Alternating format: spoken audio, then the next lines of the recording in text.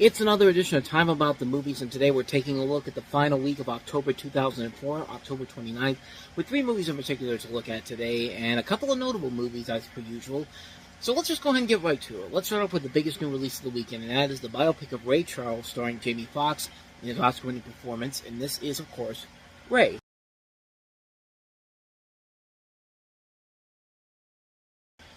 So, as you can tell, the film is about the life of Ray Charles through the course of 30 years, in which it begins with Ray finding out that he's going blind to the point, and then eventually leading into the point where he became one of the most beloved musicians of all time.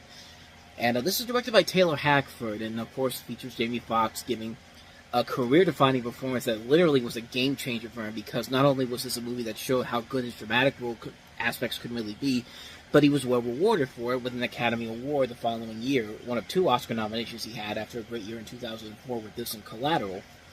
But this is really one of the best biopics out there, honestly, and I figured it out why just today, just in the last couple minutes when I'm getting ready for this review. But I'll delve into that in just a second here. But the movie works because it's a really good story to tell. Nothing about this movie feels like it's forced, or most of the problems with most musical biopics nowadays, it doesn't feel like it's a movie that's specifically going for a mainstream audience. It's trying to tell a story. It's trying to tell the cold, hard reality of what Ray Charles had to go through throughout the course of his life. And it helped that Ray Charles was there in the production of during the production of the movie. They was actually going to attend the screening of the completed film, but unfortunately, he died of liver disease just a few months before the film premiered, and so the film essentially became a tribute not just to him in real life, but also to his legacy after his passing that summer. But the movie is great. It's got this great visual style to it. It's a great story to tell. You know, Jamie Foxx kills it as Ray Charles. He's absolutely pitch perfect in the role. A great supporting cast also includes Kerry Washington, Regina King, Harry Lennox, Terrence Howard, Richard Schiff, Lawrence Tate. Just a terrific cast. Clifton Powell. A good director, Taylor Hackford, who's directed such great movies as An Officer and a Gentleman. But the reason why this movie works, and I really figured it out now, not just because the movie is great overall, but this was actually an independently produced film. I had no idea that this thing was an independently produced movie, and I thought it was strictly from Universal in general, but no, they didn't come into the production until the movie had been well completed, so there was no studio interference while making the movie. They weren't clearly making the film so it can appeal to a mainstream audience or just do a generic-ass biopic storyline that we've seen done to death. No, this movie feels authentic because there's no studio telling them what you should do with the storyline here. They just let the story play as it is. And essentially, Universal picked it up because of all things. One of his executives actually used to hitchhike to Ray Charles concerts, and that's the reason why. You know, they essentially picked the movie up because of that, and the gamble paid off big time. It was a massive hit, it was a critical hit, it was a big Oscar winner, and like I said, it helped push Jamie Foxx to that next level of his career, where he wasn't just the comedic actor anymore. He could be a very serious dramatic actor, and a performance like this really shows what his true potential can really be.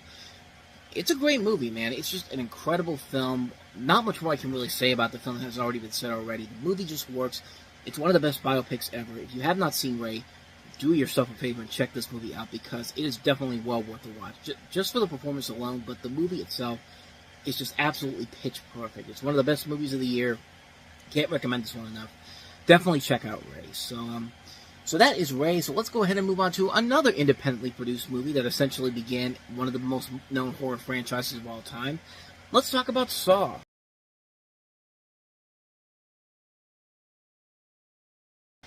There is such a thing as absorbing your welcome, and Saw definitely did that for a number of years, until the last movie was actually kind of a success, but I'll delve more into that in just a second here. But this is, of course, Saw. This is the movie that essentially started it all. It was essentially the movie that put Lionsgate over the top and made them an official bigger budgeted studio, because this was one of their first early big hits as a studio in general that really helped them to get properties like The Hunger Games, and eventually merging with Summon Entertainment with Twilight. A number of different movies, John Wick. All of that can be traced back to Saw's success in October of 2004, a movie that really came out of nowhere and just really took everyone by surprise. And believe it or not, this is how Saw started off so much simpler and much less of what it eventually would become known for. And here you have a non-linear narrative revolving around the mystery of the Jigsaw Killer, who tests his victims' will to live by putting them through deadly games where they must inflict great physical pain upon themselves to survive. And the framed story features Jigsaw's latest victims, a doctor played by Cary Elwes, and a man who played by Leigh Whannell, who's the writer of this, who awakens in a large dilapidated bathroom, with one being ordered to kill the other to save his family. And then there's a subplot involving a detective played by Danny Glover investigating the games surrounding Jigsaw's victims. So it's a psychological thriller mixed in with a horror movie, a mix of Seven mixed with a horror movie in general. And yeah, and you could tell as the films went on that those little subplots kind of get pushed off to the side because everyone goes to these movies to see what kind of clever and unique traps Jigsaw will use next on his victims. And yeah, that's kind of what the Saw movies eventually became overall. And there was that chunk of period where these movies, every new movie that came out was a big hit. Every one of them made money for the studio, and that's why they kept making them. This was essentially what Nightmare on Elm Street and Friday the 13th was back in the 1980s. And then you had this, and you also had Paranormal Activity, kind of filling that void that Friday the 13th and Nightmare on Elm Street had in the 80s. This was that generation's movies of that type. Like, these movies kept coming out every year. They were still making money, even though the quality kept getting lower and lower, mostly because people were only going to see these movies mostly to see what kind of traps they would set up here. And after that, like after the first weekend, they usually freighted off so quickly. The last movie wasn't a big hit financially, but it was a success critically to get the film series back on track. Because Saw X actually did work pretty well. I even like what they did with Jigsaw, which is the one that Chris Rock did with Samuel L. Jackson, which kind of took it back to its roots a little bit. And so yes, Saw's been kind of having a little bit of a renaissance over the course of the last couple of years. But this particular film was a massive hit, and it works because you really get. It's a very good slow burn movie. It's a film that makes you wonder: are these guys gonna really cut into each other so they can get out of here, or is this actually part of a game by Jigsaw here, who we don't really see a whole lot in this movie? It's Tobin Bell in here, but he becomes more of a prevalent character, as does Shawnee Smith, who plays Amanda, who eventually becomes a bigger character in the series going forward. The film itself is pretty interesting. It's pretty intriguing where the series eventually started and what it eventually became into. And it introduced the world to James Wan, who's gone on to become a prolific director of his own rights, not just an action director, but a horror director too. And now he's merged with Jason Blum in the last couple of years, and they've created these powerhouse movies that make a lot of money, and people go see them, and most of them are very successful. Most of them, not all of them, but still. Like, it's a really engaging film. What this movie does, it shows what James Wan can do as a director. It does keep you on the edge of your seat, thinking, what's going to happen? What's going to be the end result of this? And I'll say the subplot with Danny Glover doesn't really do a whole lot. It kind of overstays its welcome pretty quickly, and it really does feel like it goes away from what's making the entertainment factor, in the fact that you have these two guys who are literally cutting into each other and trying to find this key, and you don't know if it's part of a game or not, and then you find out at the end it is part of Jigsaw's sick and twisted game. But it works in the long run, and the film just works because it has a great cast to work with. Cary Elwes is very good, Monica Potter, Michael Emerson. Danny Glover, like I said, is very good, even though his subplot's not really all that great overall. But the film does a good job of setting up what the Saw movies do best. I mean, they keep you on the edge of your seat. You keep thinking, how are these guys going to get out of here? And you wonder how the series moves forward with the next couple of movies. And like I said, most people went to the next couple of movies just to see how elaborate the traps get, because the traps do get elaborate more than they put more. Let me put it this way: they put more creativity in the traps in the sequels than they do the actual story. The actual story doesn't really matter with the sequels for the most part, until we get later on down the road, of course. But as far as this one goes, this is definitely one of the better installments in the series, and we're just beginning, because we're going to get to at least one of these every single year, at least for the next 6-7 years. So get ready for that, folks, because that's going to be a fun little ride for me, because I haven't seen most of the Saw movies. I've just started watching them as of late, and yeah, I've been really kind of getting into the first couple of movies. I don't know if they're going to get better or worse from there, but more than likely they're going to get worse from what I've heard about them. But like I said, the traps are probably going to be more elaborate than the actual storyline. we will see as we go down the road here. So that is Saw. So let's go ahead and move on to our last movie, and that is Nicole Kidman in Jonathan Glazer's Birth.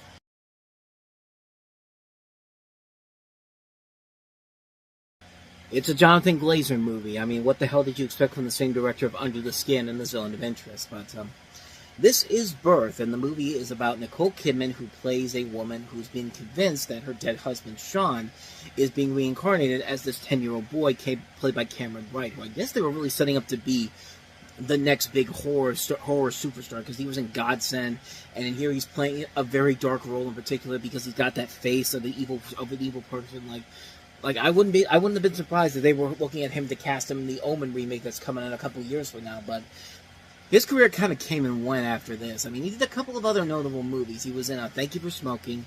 He was in Ultraviolet. He was in X-Men: The Last Stand, Running Scared, and he did the Twilight movies, which, I mean, the Twilight movies were financially successful, but I mean, I think we've all seen now that the Twilight movies really devoid your true talents, because once you step away from them, it turns out you actually have more to offer this world than starring in those movies. But I digress. But this movie in particular is certainly a very weird complex. This feels like the type of movie that Ari Aster would have made back in nowadays for A24. Like, it's that time of a freaky movie where, you know, the whole idea is that this woman has lost her husband, and all of a sudden he's been reincarnated into this 10-year-old boy, and she has feelings for this kid in the same way that she did for her husband, and it's just like, how far are you willing to take this movie? Are you willing to go into incest routes here? Like, it's a very uncomfortable movie, which could be very compelling, and some might say this is kind of a precursor to what an A24 movie should be like.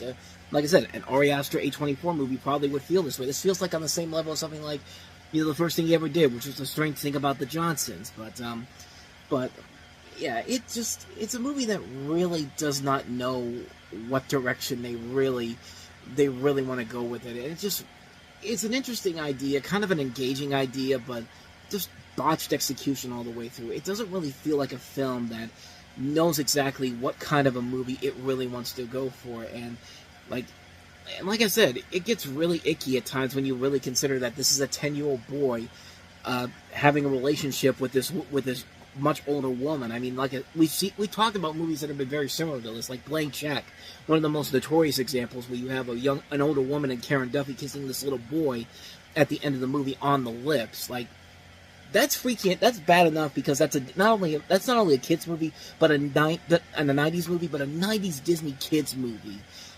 This just feels like a film that, yeah, it's very icky at times. Like, the most controversial scene in the movie is where Nicole Kidman has to share a bath with this young kid.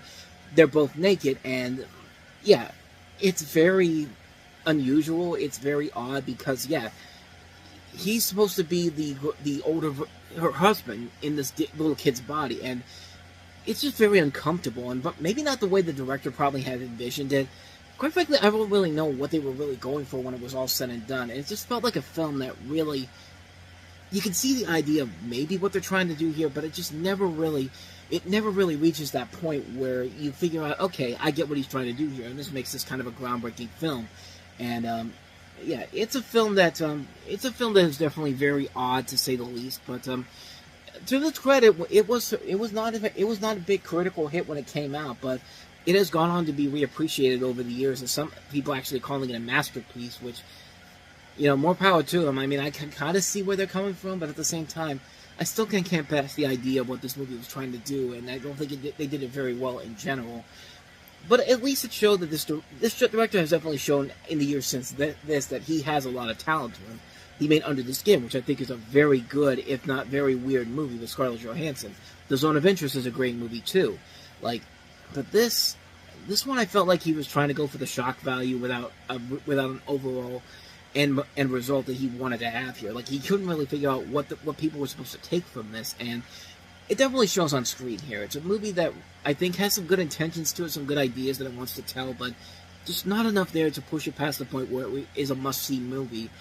But more of a film that just kind of feels like a film that has some good ideas to it, but just can't get the execution right in the end to really say what it wants to say when it's all said and done. Definitely a muddled film, to say the least. And yeah, it can be very iffy and icky in times.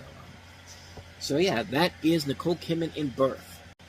And so with that said, we wrap up another edition of Time About the Movies. And the next time we meet, we'll take a look at 2 more movies, including we're heading into the holiday movie season. That means all the big blockbusters are coming back out here, and we got a big one to start this next week off with Disney and Pixar's latest movie, The Incredibles, with the superheroes voiced by Craig T. Nelson, Holly Hunter, and Samuel L. Jackson, directed by Brad Bird, who gave us The Iron Giant. And we also have Jude Law's latest film. What are we at now? 3rd or 4th film right now with him in it. Alfie, which is a remake, of course, of the Michael Caine classic, also featuring Marissa Tomei and Neil Long and Sienna Miller, who Jude Law and Sienna Miller were dating at the time. So we'll take a look at both of those movies, both on the next episode. So definitely check that one out. But until then, thank you so much for watching. And if you want to see more videos like this, please hit the playlist on the next page. Check out the previous episode. And also don't forget to hit the like and subscribe button if you want to see more videos like this on this channel. So with that said, I am off. I will see you guys next time, and until then, as always, take care.